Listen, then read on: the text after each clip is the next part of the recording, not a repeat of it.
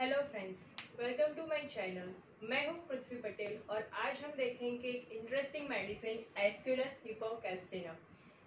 ये मेडिसिन बहुत ही यूज की जाती है क्लिनिकल प्रैक्टिस में।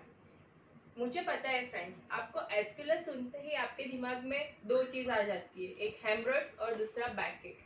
Yes, Aesculus is very good remedy for haemorrhoids और बैक एक, बट एस्कुलस को सिर्फ इस दो कंडीशन में ही नहीं बल्कि बहुत ऐसी कंडीशन है जहाँ पे एस्कुलस बहुत ही अच्छी तरह से काम करती है।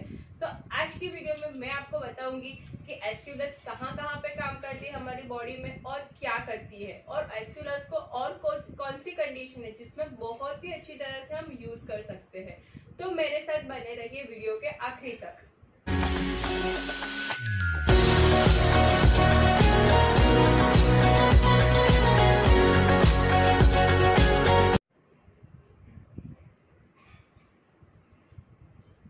Aesculus hippocastanum, common name is a horse chestnut.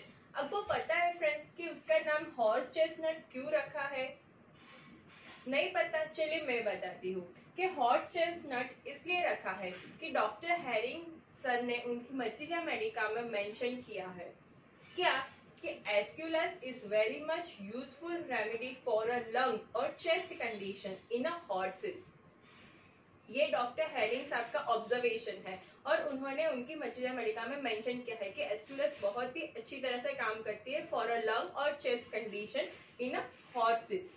सो इसलिए उसका नाम हॉर्स चेस्ट नट रखा है। चलिए हम देखते हैं कि एस्कुलस का मेन स्फीयर ऑफ एक्शन क्या है और उसकी पैथोजेनेसिस क्या है। तो एस्कुलस का जो main important sphere of action है वो है वेन्स। एस्कुलस सुनते ही हमारे दिमाग में ये आ जाना चाहिए कि वेन्स, वेनस सिस्टम। तो वेन्स पे काम करके वो क्या करती है? तो वो वेन्स पे एक्ट करके वो वेन्स में स्टेसिस करती है। Veins is filled with undue amount of blood, congestion हो जाता है, स्टेसिस हो जाता है, एंग्रोचमेंट हो जाता है। ऐसा इस तरह से वो वेन पे काम करती है और उसके इन्फ्लामेशन करती है। और इन्फ्लामेशन कैसा होता है एस्कुलस का? तो एस्कुलस का इन्फ्लामेशन पैसिव और स्लगिश टाइप का है, नॉन एक्टिव इन्फ्लामेशन जिसको हम कह सकते हैं।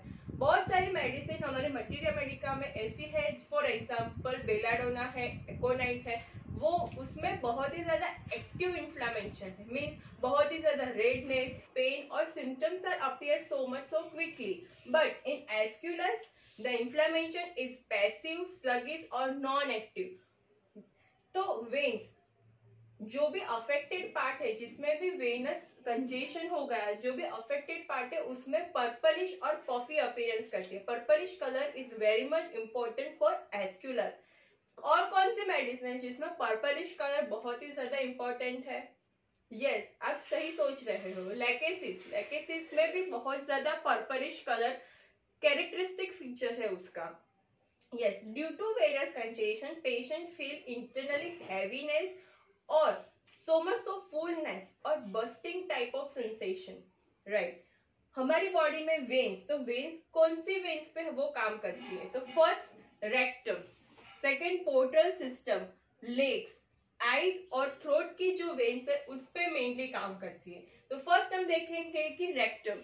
रेक्टम की वेन्स पे काम करके वो क्या प्रोड्यूस करती है? Haemorrhoids, venous haemorrhoids. बहुत ही ज्यादा protruding type of venous haemorrhoids होते हैं। जो पेशेंट हमारे पास हेमरोइड्स की कंप्लेन लेके आता है तो हमारे पास बहुत सारे मेडिसिन है जिसमें हेमरोइड के लिए यूज की जाती है। बट एस्कुलस के क्या इंडिविजुअलिटी है? हेमरोइड्स की कॉमन कंप्लेन है तो उसके कॉमन सिम्टम्स क्या हो गए? बहुत ज्यादा पेन है, ब्लीडिंग हो रहा है, पेशेंट बैठ नहीं सकता। बट एस्कुलस में क्या इंपॉर्टेंट है? हम कॉमन सिम्टम्स पे प्रिस्क्रिप्शन नहीं करते, हम अनकॉमन और इंडिविजुअलिटी देखते हैं पेशेंट की कि what are the characteristic symptoms. तो अगर पेशेंट हो रहा है कि पेन हो रहा है तो आप पूछिए कि कैसा पेन हो रहा है?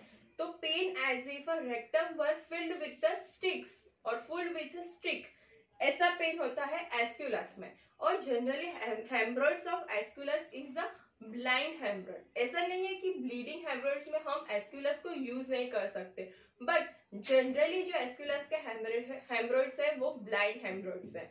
फॉर एग्जाम्पल नक्स भूमिका है और सल्फर है, this medicine are so much so indicative for bleeding haemorrhage, उसमें बहुत ज्यादा ब्लीडिंग हेमरेज मिलते हैं। तो एस्कुलस में हमको ब्लाइंड हेमरेज मिलते हैं। हाँ, हम उसको ब्लीडिंग हेमरेज में भी प्रिस्क्राइब कर सकते हैं अगर आपको पूरे टोटलिटी ऑफ सिम्टम्स मिले एस्कुलस के, तब भी।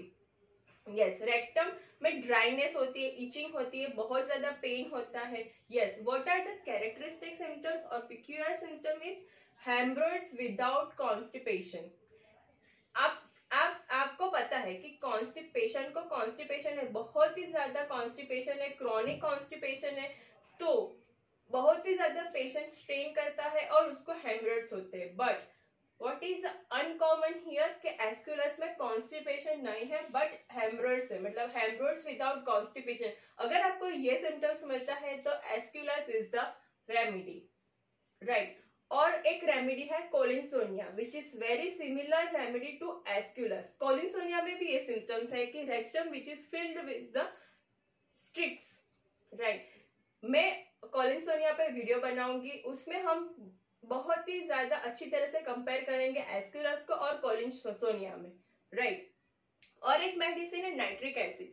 नाइट्रिक एसिड बहुत ही ज्यादा इंपॉर्टेंट रेमेडी है फॉर हेमरॉइड्स। चलिए हम कंपैरिजन करते हैं कि नाइट्रिक एसिड और एस्कुलस में क्या है, क्योंकि एग्जाम में भी बहुत बार पूछा जाता है कि नाइट्रिक एसिड का हेमरॉइड और एस्कुलस के हेमरॉइड को हमको कंपेयर करना है। और इवन हम क्लिनिकल प्रैक्टिस करते हैं तो भी बहुत ज्यादा इंपॉर्टेंट है रेमेडी को डिफरेंशिएट करने के लिए। तो चलिए हम कंपेयर करते हैं कि नाइट्रिक एसिड में कैसा पेन होगा, स्प्लिंटर लाइक पेन होगा। एस्कुलस में rectum as if full with sticks, right. Nitric acid में पेन कब होगा, pain comes while passing a stool or pain is remaining for a long hour after passing a stool, right। और Aesculus में pain is come after the passing a stool, which is the most important differentiated between this remedy. Nitric acid is indicated for more bleeding piles or fissures, or Aesculus is indicated for protruding piles which are appearance bluish in or purplish in color, और blind piles, right. और कौन सी medicine है जो bluish haemorrhoid के लिए important है और bluish haemorrhoid उसमें दिखने को मिलता है, एलोसोकोट्रिना इज द रेमेडी। इसमें भी ब्लूइश हेमरॉइड्स मिलता है। हमको ऐसा कब पता चलेगा कि ये ब्लूइश हेमरॉइड है और ये, हाँ, रेड हेमरॉइड्स की भी रेमेडी है मचिया अमेरिका में कि रेड हेमरॉइड से जब हम रेक्टल एग्जामिन करते हैं तब हमको पता चलता है कि बहुत ही ज्यादा ब्लूइश हेमरॉइड्स है। तो it is a characteristic symptoms of remedy और which is help for prescription of the remedy. और चलिए हम देखते हैं पोर्टल सिस्टम। तो पोर्टल सिस्टम में अफेक्ट करके वो कंजेशन करती है, बहुत ही ज्यादा कंजेशन होता है, स्टेसिस होता है। पेशेंट को हार्ट बर्न, एस्कुलस के जो पेशेंट है उसको हार्ट बर्न, इरेक्टेशन, सावर और bitter eructation, vomiting after eating so much so distressing in the stomach और liver region, right hypochondria is a full, right, और सोरनेस और tenderness in the right hypochondrium, क्यों, वहां पे liver है, इसीलिए congestion की वजह से लीवर में सोरनेस और टेंडरनेस हमको फील होता है, राइट। और due to portal congestion there is a gastric symptom. Patient जब खाना खाता है तब खाना खाने के बाद थोड़े टाइम बाद बहुत ज्यादा इरेक्टेशन और वॉमिटिंग वाली फीलिंग आती है। It's all due to the portal congestion, right. फिर हम चलते हैं लेग्स में it produce the varicose vein, बहुत ही ज्यादा प्रोमिनेंट रेमेडी है। और even it produce the varicose ulcer. और क्या इसकी कैरेक्टरिस्टिक पता है क्या है वेरिकोस अल्सर की एस्कुलस में? तो जो वेरिकोस अल्सर है उस it is surrounded by purplish colour. अब याद रखिए purple colour is very much important for Aesculus. जो अल्सर है उसके सराउंडेड बाय पर्पल कलर हो जाता है, तो it is a very much characteristic. तो एस्कुलस उस कंडीशन में नियर स्पेसिफिक रेमेडी है और कंप्लीट एस्कुलस क्योर भी करता है। और कोई प्रोमिनेंट रेमेडी जो वेरिकोस वेन और वेरिकोस अल्सर के लिए है? Yes, fluoric acid is the remedy which is so prominent for varicose when और वेरिकोस अल्सर, राइट।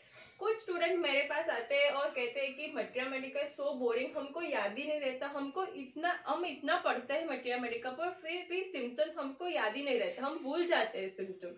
बट ऐसा नहीं करना है, आपको मटेरिया मेडिका को सिर्फ पढ़ना नहीं है, उसको समझना है कि ऐसे सिम्टम्स आए हैं तो क्यों आए हैं, हमको पूरा कनेक्ट करना है। Material Medica is not a boring subject, material Medica is so much so interesting subject. और हमको जो उसका रेमेडी है ना, उसका कोड समझना है कि जो जैसे एस्क्यूलस में वो वेन पे काम करती है, तो हमको तुरंत ही याद आएगा कि वेन्स पे तो अच्छा ये काम करती है, तो ऐसे ऐसे स्पीयर पे ऐसे ऐसे काम करती है। हमको पूरा कनेक्ट करना है। अगर आप कनेक्ट करोगे ना तो आप कभी भी रेमेडी को नहीं भूलोगे। जैसे ही पेशेंट आएगा ना, आपको तुरंत समझ में आ जाएगी कि कौन सी मेडिसिन हम देंगे, और एग्जाम में भी आपको फटाफट सिम्टम्स याद आएंगे। आप कभी भी नहीं भूल सकते अगर आपने कनेक्ट किया है और अच्छी तरह से मेडिसिन को समझे हैं।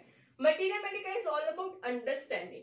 इट्स नॉट कि हमने रट्टा मार दिया और हमने सिम्टम्स पढ़ लिए तो हम याद आ जाएंगे। It's not like, right. हमको अच्छी तरह से मटेरियल मेडिका को पढ़ना है। तो हम चलते हैं आई। आप सोच रहे होंगे कि आई में क्या करती है Aesculus. Yes, Aesculus is the wonderful medicine for eye. ये आपको पता नहीं होगा, राइट, कि हमको एस्क्यूलस क्यों, हेमरोइड्स और बैकएक ही पता है। हमको कभी भी ये दिमाग में नहीं आता कि एस्क्यूलस को हम आई कंडीशन में भी यूज कर सकते। जी हाँ friends, Aesculus is a wonderful remedy for eyes. कौन सी कंडीशन में? Hemorrhoids of eye. Hemorrhoids meaning क्या? हेमरोइड्स कैसे हो सकते आईज में? Yes, hemorrhoid means enlarged blood vessels in the eye. It's the important remedy for that. Enlarged blood vessels means redness, eye में redness, lacrimation, burning और enlarged blood vessels. उस condition में एस्क्यूलस is the specific remedy. और बहुत सारी ऐसी condition होती है आईज में कि जो हो जाने के बाद जो एनलार्ज ब्लड वेसल्स है वो रिमेनिंग रहती है, वो रिमूव नहीं होती। तब Aesculus is the remedy for removing that enlarge blood vessel in the eye, right. ये बहुत ही इंटरेस्टिंग है। Yes, last is a throat. Throat में कैसे? यस, तो थ्रोट जब हम एग्जामिन करेंगे पेशेंट का थ्रोट, तो वो पूरी तरह से पर्पलिश कलर का हो जाएगा। क्यों पर्पलिश कलर का? Due to the enlarge vein और वेनस स्टेसिस, राइट। और कौन सी मेडिसिन में ये है? अभी कमेंट बॉक्स में नीचे लिखिए कि ऐसा एनलार्ज वेन्स और एनलार्ज पर्पलिश थ्रोट किस और कौन सी मेडिसिन में देखने को मिलता है, राइट। तो थ्रोट में ऐसा हो जाता है। आफ्टर सोर थ्रोट जो एनलार्ज वेन्स है वो सबसाइड नहीं होती, वो बहुत ही ज्यादा एनलार्ज रहती है आफ्टर सोर थ्रोट। तो Aesculus is the remedy for, so after sore throat the enlarged veins are remaining, right. yes, ये था बहुत ही इंपॉर्टेंट स्फीयर ऑफ एक्शन। चलिए हम चलते हैं next. Sphere of action is the back. बैकएक में वो स्पेशली एक्ट करती है लोअर बैक पे, सैक्रोइलियाक रीजन पे एक्ट करती है। और क्या करती है? बैकएक प्रोड्यूस करती है। Backache with hemorrhoid is the indication of, it's a leading indication for Aesculus. Backache is aggravated while walking. I say कि walking is almost impossible for Aesculus patient, क्योंकि इतना बैकएक होता है कि पेशेंट चल ही नहीं सकता, राइट। अगर आपको ये सिम्टम्स मिले बैकएक का और हेमरोइड्स प्रेजेंट नहीं है, राइट, तो भी आप एस्क्यूलस को प्रिस्क्राइब कर सकते हैं, because it's a leading indication for Aesculus. Pregnancy में बहुत बार बैकएक का कंप्लेंट रहती है फीमेल को। और अगर आपको सिम्टम्स मिले बैकएक इज एग्रावेटेड व्हाइल वॉकिंग और स्टूपिंग, एस्क्यूलस इज द रेमेडी और it will give you good result, right. Yes, और कौन सी मेडिसिन है बैकएक में? और बैकएक में है सल्फर, पेट्रोलियम और अगारिकस। और जो एस्क्यूलस का बैकएक है ना, वो कैसा पेन होगा? Dull type of pain, dull type of constant pain in the back. Yes, kali carb है, राइट। अगारिकस, आपने सोचा है कभी अगारिकस को हम बैकएक में यूज कर सकते हैं? नहीं ना, क्योंकि चलिए हम कंपैरिजन करते हैं अगारिकस का बैकएक और एस्क्यूलस का बैकएक। तो अगारिकस का बैकएक इज एग्रावेटेड व्हेन सिटिंग और एस्क्यूलस का बैकएक is aggravated when patient is rising from sitting position, right. ये याद रखिए। पेशेंट आपको ये बताता है कि मुझे बैठते वक्त बैकएक होता है, तो अगारिकस इज द रेमेडी। ये बहुत ही इंपॉर्टेंट इंडिकेशन है अगारिकस का, भूलिएगा मत, राइट। यस, और एस्क्यूलस का एग्रावेटेड जब पेशेंट सिटिंग पोजीशन से उठता है तब उसको बैकएक होता है, राइट। यस, मैं आपको एक केस बताती हूँ कि डॉक्टर एमएल टाइलर ने अपनी बुक में मेंशन किया है। ये केस बहुत ही इंपॉर्टेंट केस है। कि एक बार उनके पास एक नर्स आई, उनको बहुत ही सीवियर बैकएक था, बहुत ही सीवियर, वो बिल्कुल भी चल नहीं सकती थी और बैठी है तो उठने जाए ना तब उसको बहुत ही ज्यादा बैकएक था। तो डॉक्टर एमएल टायलर ने प्रिस्क्राइब किया एस्क्यूलस, और आप नहीं मानोगे कि कुछ ही घंटों में उसका बैकएक जैसे पूरे गायब हो गया, राइट। तो homeopathy is not a slow acting system, actually homeopathy is a fast acting system, right. But symptoms complete match होने चाहिए, सिमिलिमम होनी चाहिए, तो आप कैसे मैजिक करेगी आप सोच भी नहीं सकते, राइट। यस, चलिए हम चलते हैं नेक्स्ट स्फीयर ऑफ एक्शन की तरफ, वो है female genital organ. Female genital पे क्या काम करती है और एस्क्यूलस को हम कैसे दे सकते हैं फीमेल कंप्लेंट में, उसके लिए आपको 3 पॉइंट रिमेंबर करने चाहिए। First is leucorrhoea, second is बैकएक और ड्रैगिंग डाउन सेंसेशन, राइट। अगर पेशेंट में प्रेजेंट है leucorrhoea with profuse leucorrhoea with बैकएक, आप एस्क्यूलस प्रिस्क्राइब कर सकते हैं, और ड्रैगिंग डाउन सेंसेशन विथ बैकएक और प्रोफ्यूज लुकोरिया। लुकोरिया कैसा होगा, yellowish thick and profuse leucorrhoea present है। अगर ये 3 सिम्टम्स आपको मिल जाते हैं पेशेंट में तो Aesculus is the remedy, right. Yes, और मैं एक चीज बताने को भूल गई कि पोर्टल कंजेशन है, मतलब लीवर कंप्लेंट है, इंडाइजेशन है, पोर्टल कंजेशन विथ हेमरॉइड्स है, तो Aesculus is the remedy, right. Yes, हम चलते हैं नेक्स्ट मेंटल सिम्टम्स पे। देखिए मेंटल सिम्टम्स ऑफ एस्क्यूलस बहुत ही ज्यादा कम है बट इंपॉर्टेंट है, राइट। कौन से दो सिम्टम्स आपको याद रखने हैं मेंटल में, इरिटेबिलिटी और मेंटल सैडनेस। ये 2 सिम्टम्स के अराउंड ही सारे मेंटल सिम्टम्स घूमते हैं कि ड्यूरिंग प्रूविंग ये मेंटल सिम्टम्स बहुत ही ज्यादा प्रोमिनेंट मिले थे, इसलिए मैं आपको बताती हूँ कि ये सिम्टम्स इंपॉर्टेंट है कि इरिटेबिलिटी और मेंटल सैडनेस, पेशेंट बहुत ही ज्यादा डिप्रेशन में है, सैडनेस, इरिटेबल है, और ये मेंटल सिम्टम्स आपको कब एग्रावेट होते हैं, ये एग्रावेट होते हैं सुबह में जब पेशेंट उठता है, तब उसका पूरा माइंड ऐसा हैवी हो जाता है और कंफ्यूजन इन द माइंड, वो कुछ समझ नहीं पाता और सब कुछ देखते रहता है कि ये सब क्या है, और बहुत ही ज्यादा कंफ्यूजन इन द माइंड। ये क्यों होता है, क्योंकि वेनस स्टेसिस और वेनस कंजेशन की वजह से होता है, राइट। और ये सिम्टम्स रिलीव हो जाते हैं कुछ समय के बाद जब पेशेंट एक्टिविटी करने लगता है और पेशेंट कोई भी चीज में और करने में एंगेज हो जाता है और एक्सर्शन करता है, तो ये मेंटल सिम्टम्स रिमूव हो जाते हैं।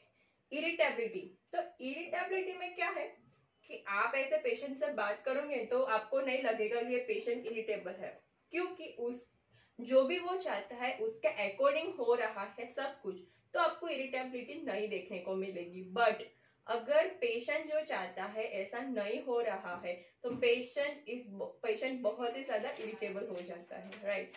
डॉक्टर नेस अपनी बुक में कहते हैं कि मैंने एस्क्यूलस को कोराइजा में यूज किया। आई यू बिलीव कि एस्क्यूलस को हम कोराइजा में भी यूज कर सकते हैं?